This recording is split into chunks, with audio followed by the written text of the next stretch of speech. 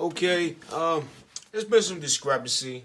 I've read in some of these forums and things, blogs, people think that the MPC X and the MPC Live do not have the capability to record multiple simultaneous audio tracks, when in fact they do.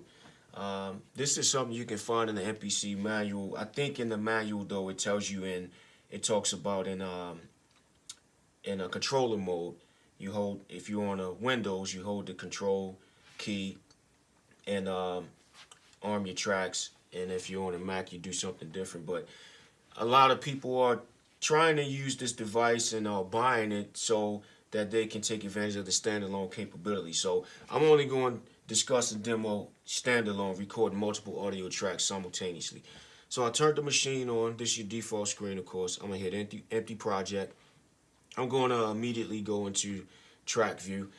And you got your first MIDI track and your first audio track is going to show up.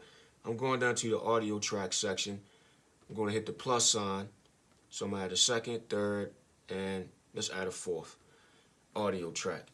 Now, the trouble people are running into, if they don't know how to do this, is you're going to arm your first track, and you're going to be ready to arm your second, third, however many tracks you put. In standalone mode, you get 8 tracks, 8 audio tracks in standalone mode. So if you're trying to use this in standalone, you want to go somewhere and record a drum set. You got multiple mics on a drum set. Then you want to use something like this. But when you go to the next track, it did say it was the first track automatically. So that's where the frustration came in.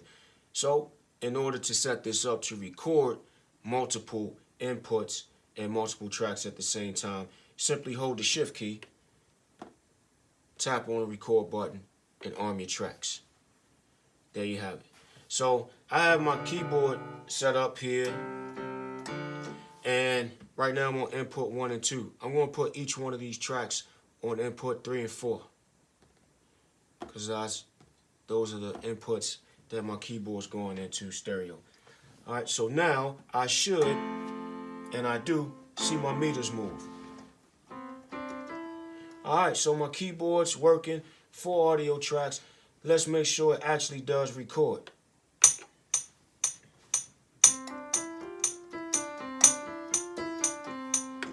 Alright, I just played whatever.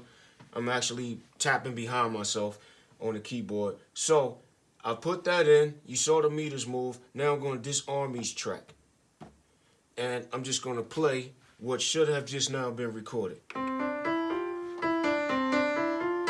you can see here that each meter is moving as it plays the audio. So that audio was recorded onto each track. So of course, if I had, multiple mics and multiple inputs, I'm going to record a drum set, that kind of thing, mic up a drum set, then it would take the audio from each one of those mics and inputs. But basically, this is how you set that up. All right, hope this was helpful to somebody. Peace.